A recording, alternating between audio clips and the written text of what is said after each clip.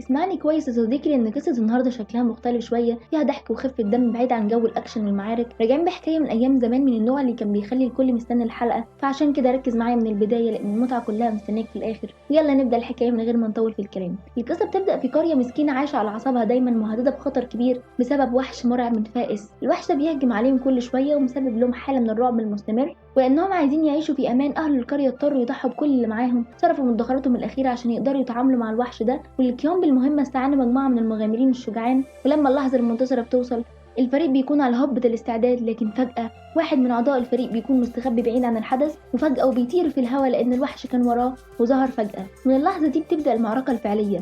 أول ما القائد بيرفع إيده ويدي الإشارة، واحدة من الفريق بتظهر بخفة كده وتبدأ تستخدم حركاتها اللي زي النينجا، بتحاول تلف حوالين الذئب وتكتفه بسلك معدني قوي. لكن للأسف قوتها ما كانتش كفاية، والوحش قدر يفلت منها بسهولة ورزعها بقوة في الجدار. وساعتها بتتدخل المعالجة بسرعة وتمد ايديها وتبدأ تطلق طاقتها السحرية، وفعلا بتقدر تعالجها وترجعها واقفة تاني أقوى من الأول. وبشجاعة بترجع تدخل المعركة وتستخدم نفس السلك المعدني، لكن المرة دي بتنجح إنها تكتب الذئب على غصن شجرة عالي. وبمجرد ما بتدي إشارة للقائد بينتهز الفرصة، وبسرعة البرق بينقض عليه، وبضربة واحدة بس بيشعل فيه نار تقضي عليه تماما. وبكده الوحش اللي كان عامل لهم كابوس طويل وأرق لحياة أهل القرية انتهى تماما بفضل شجاعة المجموعة الصغيرة دي من المغامرين.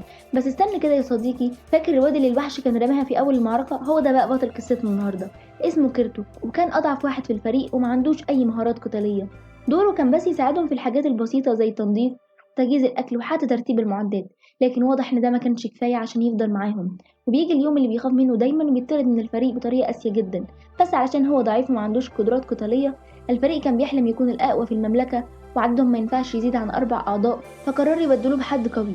ومن هنا بتبدأ رحلته الجديدة، بس المرة دي من غير هدف، من غير أي مكان ينتمي ليه. وبيوصل للمدينة وهو مش عارف يعمل إيه، ومعاه شوية فلوس قربت تخلص، فبيقرر يروح لنقابة المغامرين يمكن يلاقي فرصة. وعلى الرغم من إنه كان متوتر جدا، إلا إنه قدر يتمالك نفسه ويدخل النقابة. وأول حاجة يشوفها هناك موظفة واقفة قدامه وتبصله مباشرة وبتقوله، وبتبدأ بقى تسأله إن هو بيكون بيدور على شغل أو وظيفة، ويبدأ بقى يعرفها إن هو بالفعل جاي علشان حابب يشتغل. وبتقوله خلاص تمام يا صديقي، خلاص تمام يا صديقي، يلا نبدأ المقابلة وهنعرف إيه المهارات اللي عندك وقدراتك على إيه بالظبط. وتبدأ المقابلة وكيرتو بيعرف نفسه بهدوء ويقول، اسمي كيرتو، عندي 15 سنة، وجاي من قرية صغيرة اسمها هاستر موجودة في جبل شين.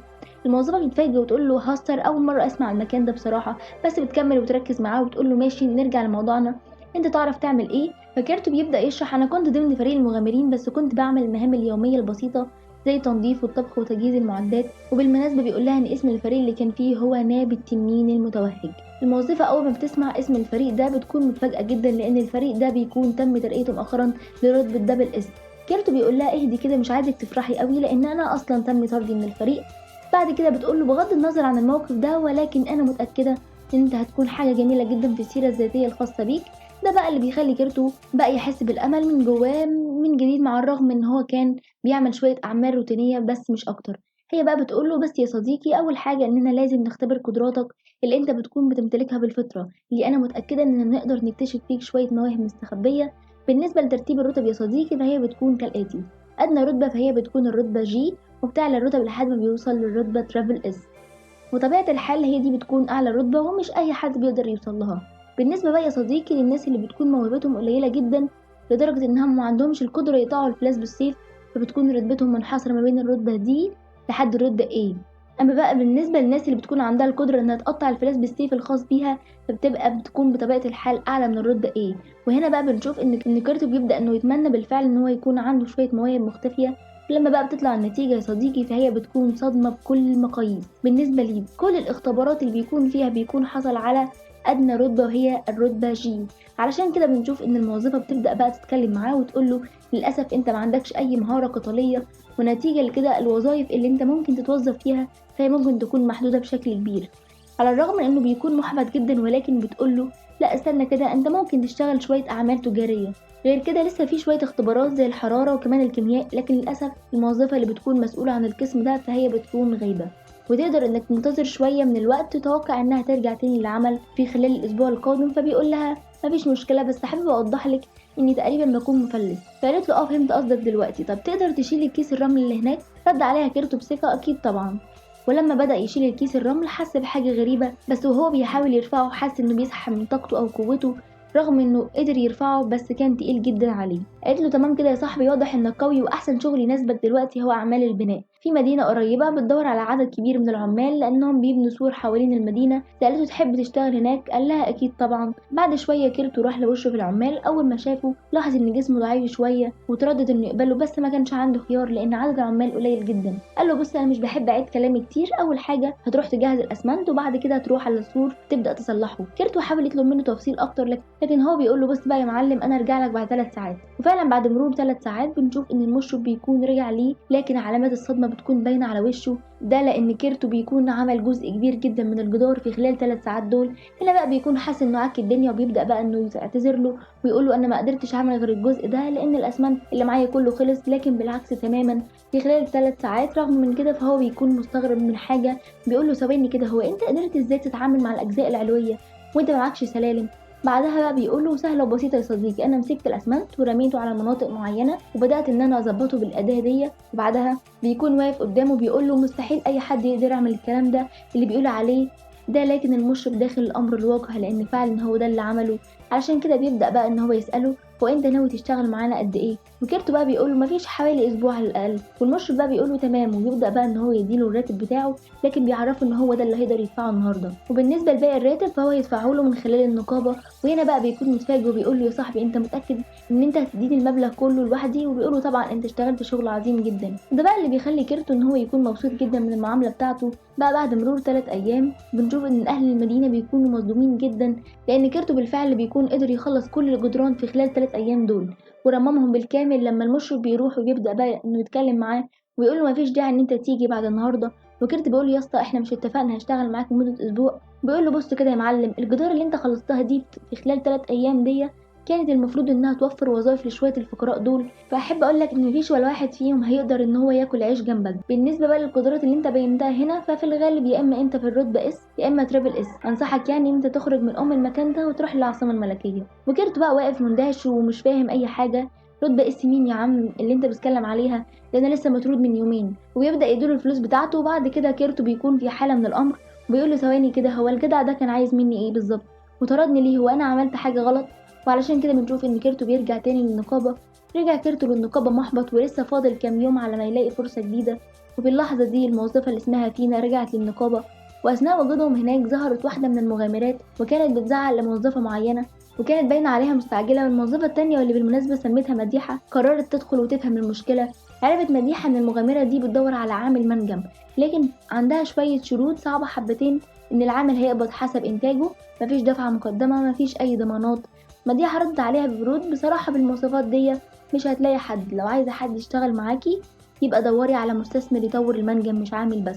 لكن المغامرة كانت في موقف صعب ولو ما دفعتش الضرايب خلال اسبوع هتخسر كل املاكها. وقتها كيرتو قرب منهم وقال انا جاهز اشتغل معاكم. زمان وانا في قريتي كنت بساعد في المناجم وكنت بشتغل مع المنقبين بعد الظهر. مديحة بقى حذرته وقالت له الشغل ده خطير وممكن تخسر جزء كبير جدا من اجرك لو الاداء ما كانش على المستوى المطلوب. لكن المفاجأة كانت ان المغامرة رفضت كيرتو وقالت انها عايزة حد جسمه قوي مش واحد شكله ضعيف زيه. فمديحة قالت لها طيب مفيش مشكلة، بس في الحالة دي لازم تدفعي 10 عملات فضية كمقدم. المغامرة اتصدمت لأن ما كانتش معاها المبلغ ده، وساعتها بصت لكيرتو وسألته انت متأكد انك تقدر؟ وفجأة كيرتو بيبصلها وبيقول انا عندي خبرة حقيقية في المناجم مش بهزر. فترد عليها المغامرة اللي بالمناسبة اسمها شيرتي خلاص امرنا لله تعالى ورايا. وبعد ما كيرتو بيخرج من النقابة بيظهر ان راتبه بالفعل وصل، لكن المفاجأة كانت عند مديحة. بصت على الرقم واتصدمت، 2000 عملة ذهبية. من كتر الصدمة اتكعبلت في أكياس الرمل اللي كانت قدامها وقعت على الأرض وقالت ثانية كده، أكياس الرمل دي بتعمل إيه هنا أصلا؟ صاحبتها ردت عليها بكل هدوء دي مش أكياس رمل عادية، دي مخصوصة لقياس درجة القوة اللي بيحملها الشخص. كل ما وزن الكيس يزيد ده معناه إن الشخص قوي جدا، أي حد طبيعي يقدر يشيلها بسهولة. لكن مديحة فضلت تشك شوية وبدأت ترفع كيس منهم وقالت أيوة تقيلة بس مش للدرجة اللي تخلي كيرتو يبان كأنه مش قادر يشيلها أصلا. ساعتها بدأت تتساءل هو كيرتو ده مين بالظبط. المهم يا صديقي بنسيبها ونروح لكيرتو اللي كان بيتمشى مع المغامرة دي لحد ما أخيرا بيقدروا إن هم يوصلوا المخيم بتاعهم اللي بيكون موجود في نص الغابة. وبعدها بقى كيرتو بيكون متفاجئ جدا لان مفيش غير خيمه واحده بس، ولكن هي بتطمنه وبتقوله ان المكان هيساعدنا احنا الاتنين. وده بيخلي كيرتو ان هو بيكون محرج جدا مجرد انه يفكر التفكير ده اصلا. والمناسبه يا صديقي المغامره دي بتكون اسمها شيرتي، وكيرتو بقى بيكون معترض ان هو ينام جنبها في نفس المكان لان هو بالنسبه له كده امرأة جميلة وبيبدأ بقى يتغزل فيها، والبنت بتتعصب جدا لدرجة انها بتبدأ تلطشه، وهي بقى بتبدأ تقوله بقول لك ايه، فكك بقى من العبط اللي في دماغك ده ويلا بينا ناكل عشان ورانا شغل كتير كده بكره. اما كيرتو فبيعرف ان هي اللي بتكون عامله الاكل ده بنفسها، فهو بيكون مبسوط جدا لان دي اول مره ليه من فتره طويله ان حد يعمل له اكل اصلا. لكن هم يا صديقي بنشوف ان هما بيقضوا وقت لذيذ جدا مع بعض، وفي نهايه اليوم بيقدر بقى ان هما يخشوا يناموا. يمكن كيرتو ما يكونش مرتاح في الوضع ده، ولما بيشوف حاجات غير لطيفه بيقرر بقى ان هو يسيب الخيمه وينام بره. وفي تاني يوم ليه شيرتي بتخرج من الخيمه وبتتفاجئ ان كيرتو بيكون نايم طول الليل بره، ومش كده وبس كمان بيكون صلح لها الملابس الخاصه بيها، وبتتاكد بالفعل ان الواد اللي قدامها ده بيشتغل في المكان الغلط. بعدها من غير رغي يلا نروح على الشغل لاننا لازم نجمع على الاقل في نهايه الاسبوع 10 عمل ذهبيه. وبعدها بقى بيقول لها قشطه مفيش مشكله، ولكن انت حددتي المكان اللي نبحث فيه ولا لسه؟ فهي بقى بتقول له مش متاكده قوي ولكن في الغالب في مكان قريب من هنا. هنا بقى بيكون معترض، بيعرفها ان لو اشتغلت بالطريقه العشوائيه دي ففي الغالب مش هتلاقي اي خام، ويقترح عليها ان هم ياخدوا لفه سريعه كده في المكان على المناطق المعينه. وبالفعل يا صديقي ده هو اللي بيعملوه، ويبدأ ان هم يدوروا لحد ما بيلاقوا حجر معين. بيقول لها ايوه هي دي بقى الاحجار اللي لازم ندور عليها. وبخبطه بسيطه بنشوف ان في احجار كريمه بتكون ظهرت جوه، وده بقى اللي بيخلي شيرتي انها بتكون متفاجئه جدا. بعدها بقى بيقول لها بصي بقى يا ستي، على الغالب الاحجار دي بتساوي 3 قطع ذهبيه، وهي هنا بتكون مصدومه جدا لانه بيكون قطعوا تلت الطريق تقريبا. لكن لو فاكر ان كيرتو بيكون واقف لحد هنا تبقى غلطان يا صديقي. وكيرتو بيقدر ان هو يجمع كم كبير جدا من الاحجار الكريمه، وبعدها بتقول له على ما اظن بقى يا معلم الكم ده كفايه، يلا بينا نروح. لكن كيرتو بيعرفها ان ده مش مظبوط. بعدها بتقول له اكيد طبعا يا معلم انت اصلا اللي عملت كل حاجه، في الاغلب الاحجار دي كلها بتاعتك. لكن كيرتو بيعرفها ان هو ما كانش قصده كده، قال لها احنا لازم نحول الاحجار دي لاحجار سحريه في الاول عشان نزيد من قيمتها. فهي بتقول له ثواني كده يا معلم، اظن ان في 3 بس في المملكه هم اللي بيكون عندهم القدره يعملوا الاحجار السحريه دي. واثناء ما هي بتكون بترغي بنشوف ان كيرتو بيكون انتهى من صناعه اول حجر سحري. بعدها بتقول له ايه العوض ده يا معلم، ثواني كده، الحجر السحري اللي في ايدك ده المفروض انه ياخد على الاقل ساعه. فبيقول لها ثواني كده، يعني انا كده ما عنديش القوه الكافيه علشان ان اخد كل الوقت ده انا فاشل. وهنا شيرتي بدات تربط الاحداث، الناس اللي بيصنعوا الاحجار السحريه بيثبتوا فيها القوه، وساعتها فهمت ان كيرتو مختلف وفي حاجه مش طبيعيه. في نهايه اليوم شيرتي بتجمع الاحجار السحريه اللي كيرتو صنعها وبتقرر تروح للمدينه تبيعهم، اما هو فبيفضل قاعد في الغابه مستنيها ترجع.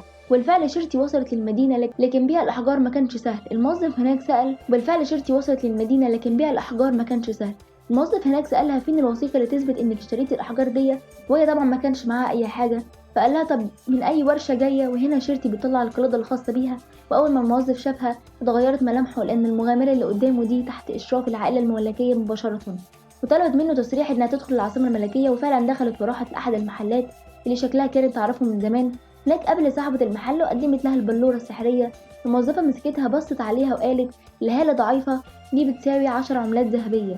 لكن فجأة الموظفة لاحظت حاجة غريبة وطلبت منها تنتظر شوية. أخذت البلورة السحرية ودخلت جوه وبدأت تعمل اختبارات عليها، ولما رجعت وشها كان متغير تماما. بتقول لها ثواني كده، انتي قلتي من شوية ان التوهج بتاعها بيكون ضعيف. وهي بتقول لها ده طبيعي جدا لان تم معالجة الحجر السحري بطريقة عالية جدا. شيرتي بتقول لها ثواني كده، انا تقريبا معايا 49 حجر غير الحجر ده. وبنشوف ان الموظفة دي بتطلع حوالي 500 قطعة ذهبية، لكن بنشوف انها بتطلب منها شرط خاص انها ما تبيعش اي جواهر سحرية في مكان تاني غير المتجر بتاعها، لان بطبيعة الحال مش اي حد هيقدر ان هو يقيم الحجر السحري ده بسعره الحقيقي. وبطبيعة الحال ما ينفعش ان الاحجار السحرية دي تبدأ انها تنتشر في المملكة بشكل سريع. اخر حاجة انا بيكون عندي فضول شديد جدا ان اعرف الشخص اللي بيكون صنع الجواهر دي. شيرتي بقى بتقول لها انا موافقة على الشرط الاول، لكن الشرط التاني للاسف ما اقدرش اعرفهولك. بتقول لها ازاي شخص بالقيمة دي وبالقوة اللي بيمتلكها دي لازم ان هو يخدم المملكة بشكل مباشر؟ لو انت حابة تحتفظي بالسر ده لنفسك علشان تحققي اكبر كم من المكاسب. لكن شيرتي بتقول لها على فكرة انت فاهمة الموضوع غلط تماما، اما في الامر مش حابة اشارك معلومات عن الشخص ده بدون اذنه. لكن التاجرة بتحاول انها تاخد منها معلومات باي طريقة حتى بالسلطة اللي هي بتمتلكها، انها بتكون شغالة تحت العائلة الملكية مباشرة. لكن شيرتي بتكون رافضة تماما انها تقول لها اي حاجة لانها اصلا ما بقتش شغالة تحت ملة العائلة الملكية. بتقول لها خلاص يا ستي انا هطلب منك الطلب ده شخصي كصديقة، حاولي بقى انك تحافظي على الشخص ده، ما تسمحيش لاي دولة تستفاد منه، ولو امكن انك تعملي له مختبر سحري فده هيكون مناسب ليه جدا علشان يقدر يطور من نفسه. فوق كل ده كمان هي بتكون عندها القدرة انها تمنحه علاقة بالكون بما انها بتكون شغالة تحت سلطة العائلة الملكية مباشرة. لما بقى شيرتي بتخرج من المحل فهي بتكون مصدومة جدا لانها بتكون حاصلة على 500 قطعة ذهبية. وفوق كل ده كمان كيرتو ممكن يحصل على علاقة بالكون بس الأغرب شيرتي راحت تسأل عن كيرتو في نقابة المغامرين، وهناك اكتشفت إنه كان عضو في فرقة نادي التنين، أقوى فرقة، وكان مرتبه الحقيقي 2000 عملة ذهبية، ورغم كده رتبته كانت جي. قدر يصلح أسوار المدينة كلها في 3 أيام. فلما بتوصل بتلاقي كيرتو قاعد في نفس المكان بيشتغل بهدوء على حجر جديد. بتقوله وهي بتضحك: حاسة إنك هتبنيلي مصنع جواهر هنا ولا إيه؟ وكيرتو بيرد وهو بيضحك: لو هتعملي أكل زي امبارح أنا مستعد أفتح لك شركة كمان. بس كانت المفاجأة الأكبر: كيرتو بنى بيت كامل في كام ساعة بس، وقال لها ده عادي، كل واحد في قريتي بيبني بيت في يوم واحد. وبيضحكوا سوا وبيبدأ فصل جديد في مغامرتهم. وهنا يا صديقي نكون وصلنا لنهاية أول حلقة من حكاية كيرتو. لو القصة دي عجبتك انزل تحت وقولي رأيك في الكومنتات، واستناني في الفيديو الجاي. سلام.